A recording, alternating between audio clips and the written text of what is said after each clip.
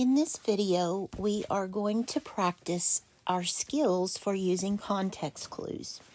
So we are focusing on the skill of determining word meaning. This is a very long passage, and we're going to be looking at some of the unknown words in this passage. But before we start, I want to call your attention to some of the names in this passage.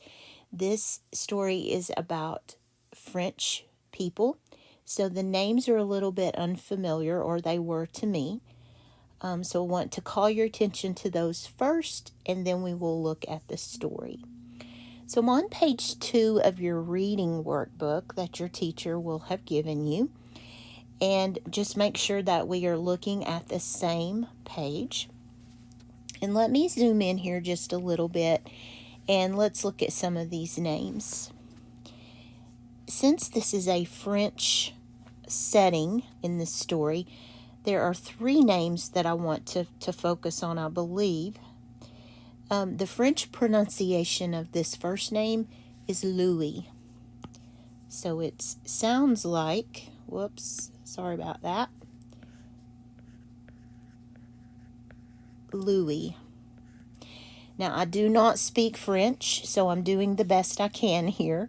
If you speak French, you may be thinking that is not at all what that says, and if so, I apologize. I just do not speak French. I took Spanish, and I don't speak that very well. Okay, the next one is this name right here, Valentine Aoui. Oui. And then there was one more, Charles Barbier. And I know I'm butchering that one, but that's as close as I can get. So again, I apologize if you are thinking she's saying that wrong. Barbier. It looks like Barbier, but that last, the suffix on this one is pronounced A, Barbier. Okay, let's read this paragraph together, and I want you to follow along with me. I will try to read slowly, especially for those of you who may speak English as a second language. I know that it's important to read slowly. If you want to fast forward through this passage, you can do that. But for those of you who need to hear the passage, I will read it for you. The title is Braille. You probably already know that Braille is a tactile reading and writing system that uses raised dots. It is used by blind and visually impaired people. But did you know that a boy invented it? In 1809, a boy was born in a small French village near Paris. His parents named him Louis. One day, when Louis was 3, he was playing in his father's leather workshop. He tried to punch a hole in a piece of leather with an awl. He had seen his father do this many times before. The young child lost control of the awl. Unfortunately, he poked himself in his right eye. Soon, Louis's eye became infected.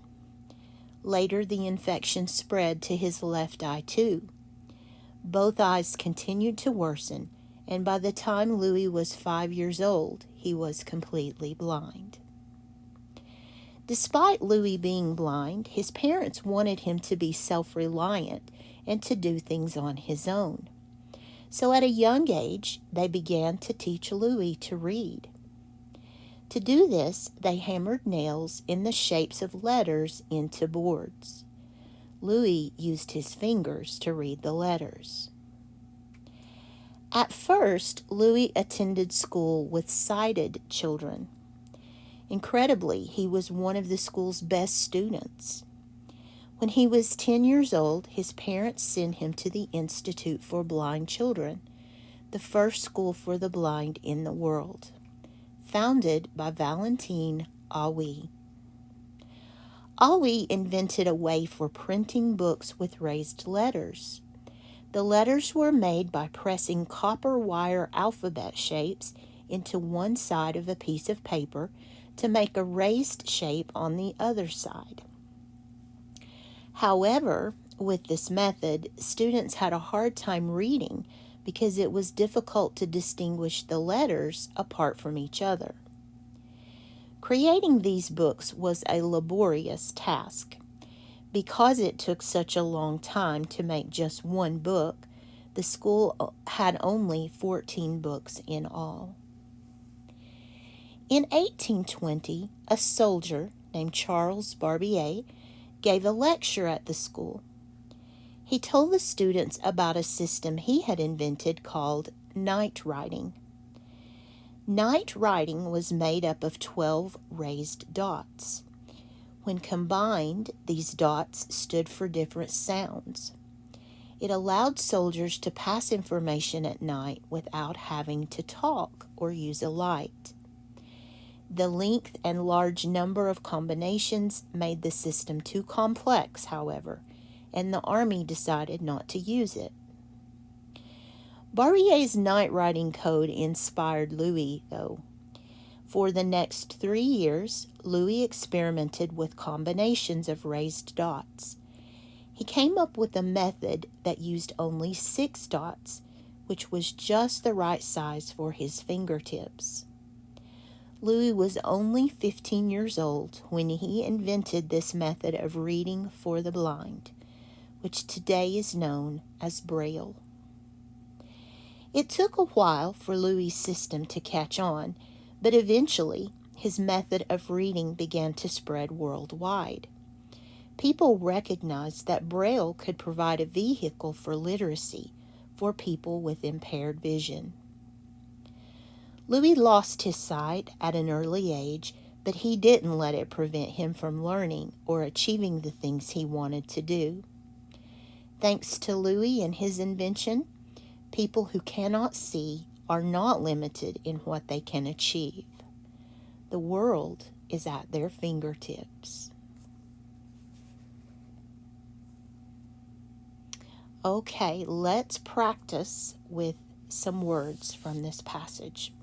So I'm now on page 3, and I'm looking at sentence number 1. Now remember your memory pieces. Let me just jog your memory on that. Sorry, this is not the one I wanted. This is. Remember, we learned about several strategies for learning about unfamiliar words. So we're practicing all 6 of these strategies in this lesson. In one set of sentences, we may use inference. In another set, we may use synonyms. But just remember that all of those skills are at your disposal. Okay, it says to read the sentence. You probably already know that Braille is a tactile reading and writing system that uses raised dots. And the word in question is tactile. Tactile. If you want to. And I am not sure if we split between the C and the T. I believe those need to stay together in formal phonics, but I want you to be able to pronounce this word. So tactile. Tactile. Tactile is an adjective. It's a descriptive word. Which of these provides a context clue for the meaning of tactile? Is it reading? Is it writing? Is it system? Or is it raised dots? Now, you could really argue that all of those are context clues for tactile. Tactile, in this case, relates to reading, writing, and a reading, writing system. It also uses raised dots. But when I go back to the idea that tactile is an adjective, it's a descriptive word, The best choice for me on this one is raised dots. There are lots of reading and writing systems, but tactile relates to the concept in this sentence of raised dots. So number 1 is D. Number 2, read the sentence. It is used by blind and visually impaired people. Now the it in this sentence is Braille. Braille is used by blind and visually impaired people. And the word in question is impaired. Again, this is an adjective in this case because it's describing people. What is the meaning of impaired as it is used in this sentence? Weakened, doubled, repaired, and inflexible. All of those choices are adjectives or can be. But let's look at the context clues. What are the words that go with impaired that will help me here? One of them, and in my opinion the most important, is blind. Visually is also another one. Those both relate to eyes, to the sense of sight. So what does the word impaired tell me about a person's sense of sight? Is their sight weakened? Is their sight doubled? Is it repaired, which means fixed, or inflexible, which means it doesn't move at all? Visually impaired is visually weakened. Impaired and weakened are synonyms. They mean the same or almost the same thing. So in this particular case, I'm using the concept of synonyms to help me figure out what this means. Number 2 is A. Number 3, read the sentence. He tried to punch a hole in a piece of leather with an awl. And the word we're focusing on is punch. What is the meaning of punch as it is used in this sentence? Is it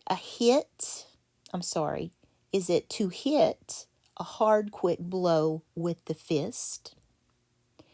Press or cut into something?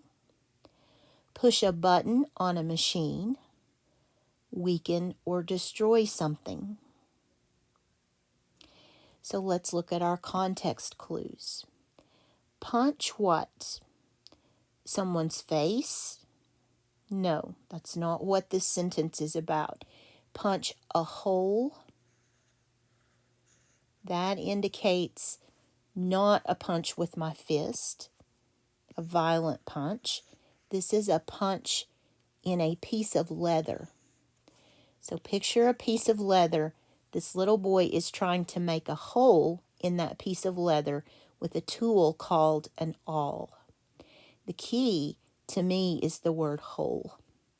Punch a hole is B, to press or cut into something. Punch and cut in this particular case are synonyms.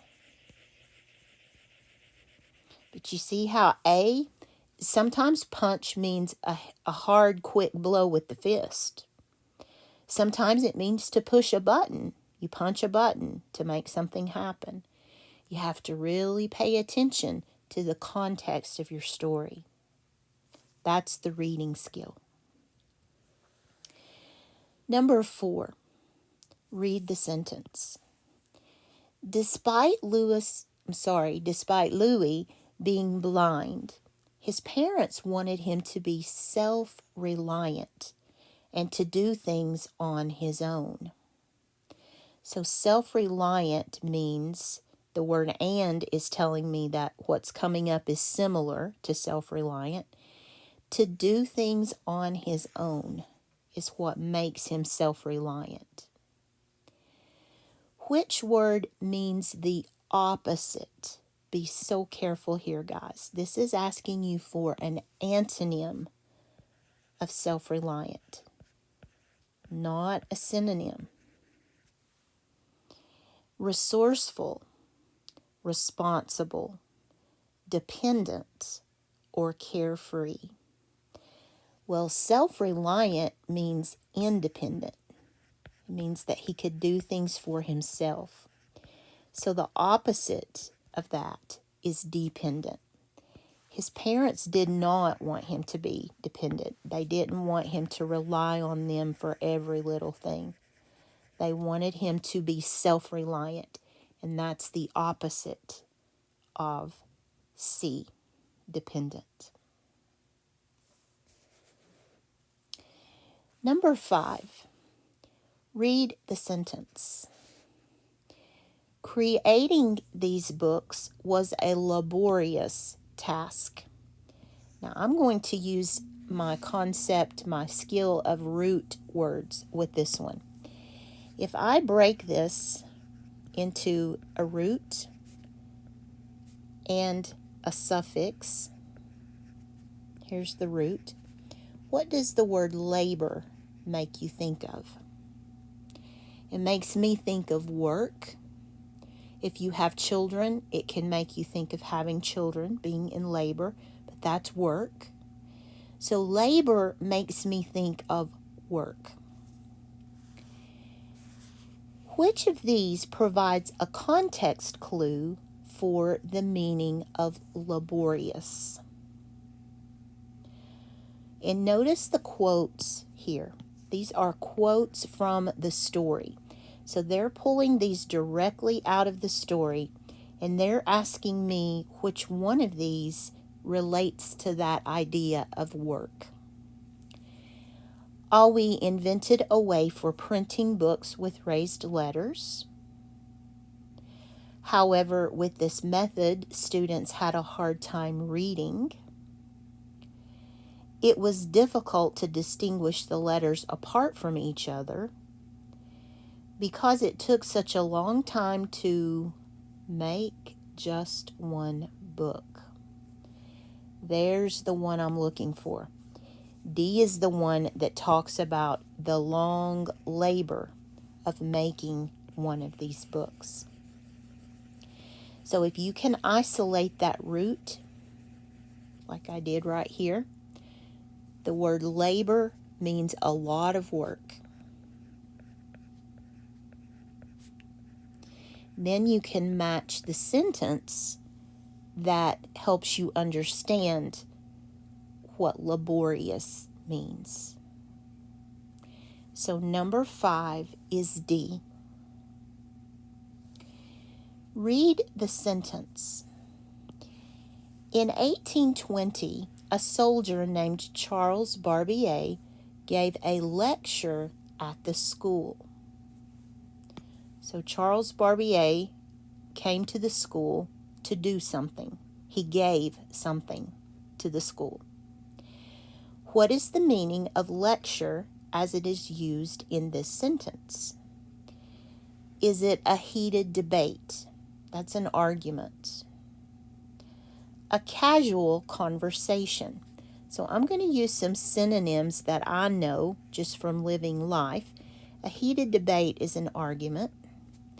A casual conversation is chit-chat, like I do with my best friend. A criticism is a complaint. And then a formal talk, to me, that's like a speech. So which one of those fits lecture? In 1820, Charles Barbier gave an argument, a chit-chat, a complaint, or a speech at the school. That is D. He gave a speech.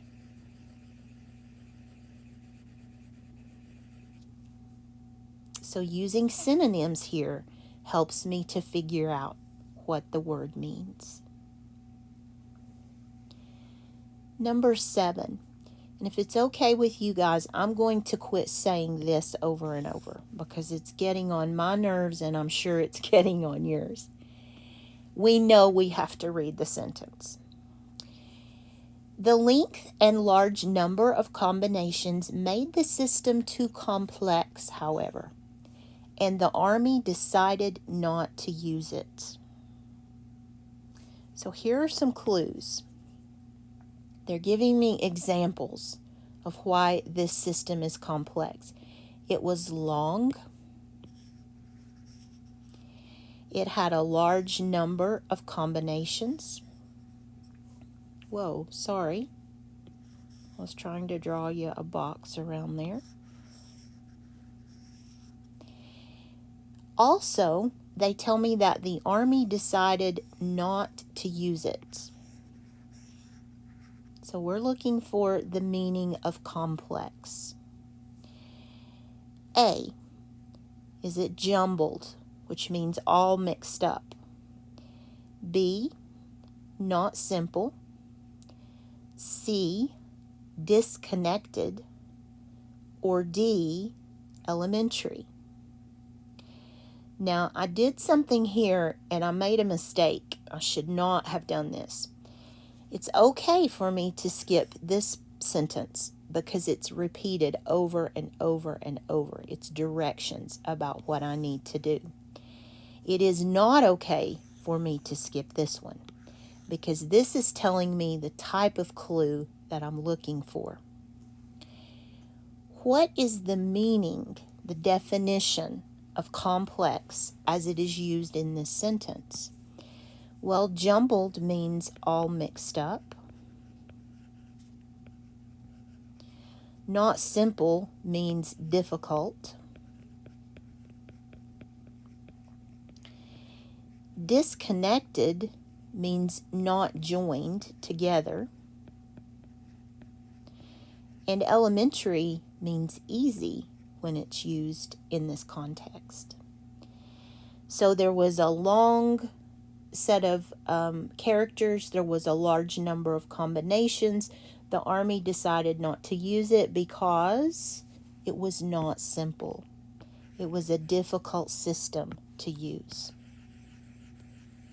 So number 7 is B.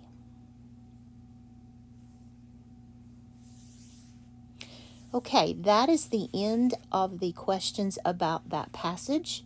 So I'm going to stop this video and then I'll do the next passage in the next video.